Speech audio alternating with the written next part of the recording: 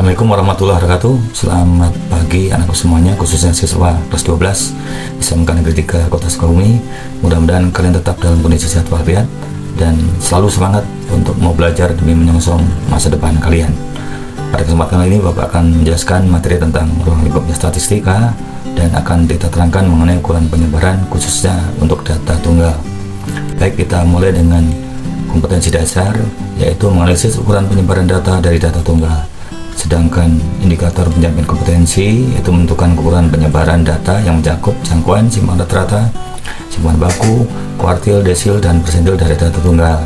Sedangkan tujuan pembelajaran yaitu melalui kegiatan pembelajaran siswa dapat menentukan jangkauan, simpangan rata-rata, simpangan baku, kuartil, desil, dan persentil dari data tunggal. Untuk kesempatan kali ini hanya kita terangkan mengenai jangkauan, simpangan rata-rata, simpangan baku, kuartil, dan untuk desil dan persentil akan diterangkan pada pertemuan berikutnya. Baik, kita mau awali dengan definisi dari ukuran penyebaran. Bisa Ibu baca sendiri, suatu ukuran yang menyatakan seberapa besar nilai-nilai data berbeda atau bervariasi dengan nilai ukuran pusatnya, atau seberapa besar penyimpangan nilai-nilai data dengan nilai pusatnya. Akan kita awali dari yang pertama adalah jangkauan atau range. Jangkauan adalah selisih dari nilai terbesar kurangi nilai terkecil. Kalau kita rumuskan, R sama dengan X max dikurangi X min, atau nilai terbesar kurangi nilai terkecil. Kita ambil sebuah contoh, ada sebuah data 10, 6, 8, 24. Kita cari jangkauannya atau range-nya. Nilai terbesarnya 10, nilai terkecilnya 2, sehingga kalau kita cari atau kita hitung 10 dikurangi 2 sama dengan 8, jadi jangkauannya sama dengan 8. Kita lanjutkan dengan materi yang kedua, yaitu tentang simpangan rata-rata. Simbolnya itu SR. Simpangan rata-rata dari sekumpulan bilangan adalah nilai rata-rata hitung harga mutlak dari simpangan-simpangannya. Rumusnya adalah SR sama dengan sigma dari harga mutlak XI kurangi rata-rata dibagi dengan N. XI adalah bilangan ke I, di mana I-nya 1, 2, 3 sampai dengan N. X bar-nya adalah rata-rata dan N adalah banyaknya bilangan. Kita ambil sebuah contoh, nilai ulangan matematika dari 6 siswa 7, 5, 6, 3, 8, dan 7. Berapa simpangan rata-ratanya? Sebelum kita bahas, kita jelaskan bahwa simpangan rata-rata dari sebuah bilangan semuanya adalah positif. Rata-ratanya kita jumlahkan dari data yang ada, jumlahnya semuanya 36 dibagi 6 sama 6.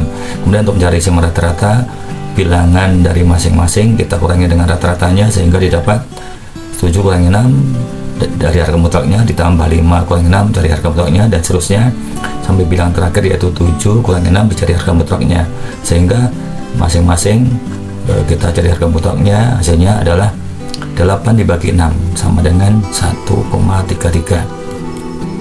Kemudian kita lanjutkan materi yang ketiga, itu tentang simpangan baku atau dikenal dengan standar deviasi. Simpangan baku dari sekumpulan data adalah akar dari jumlah deviasi kuadrat dari bilangan-bilangan tersebut dibagi dengan banyaknya bilangan. Dengan rumus S sama dengan akar dari jumlah atau sigma bilangan ke I dikurangi rata-rata dikuadratkan dibagi dengan N. Kita ambil sebuah contoh yang pertama, atau tentukan simpangan baku dari data 2, 3, 5, 8, 7.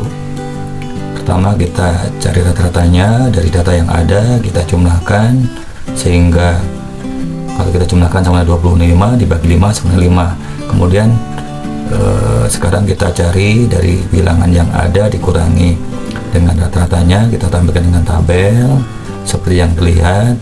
Negatif 3 didapat dari 2 kurangi 5, negatif 2 didapat dari 3 kurangi 5, dan seterusnya, sehingga terakhir adalah 7 dikurangi 5 sama 2. Kalau dari kolom yang kedua semua kita kuadratkan, hasilnya ada di kolom ketiga, dan kalau kita jumlahkan sama dengan 26.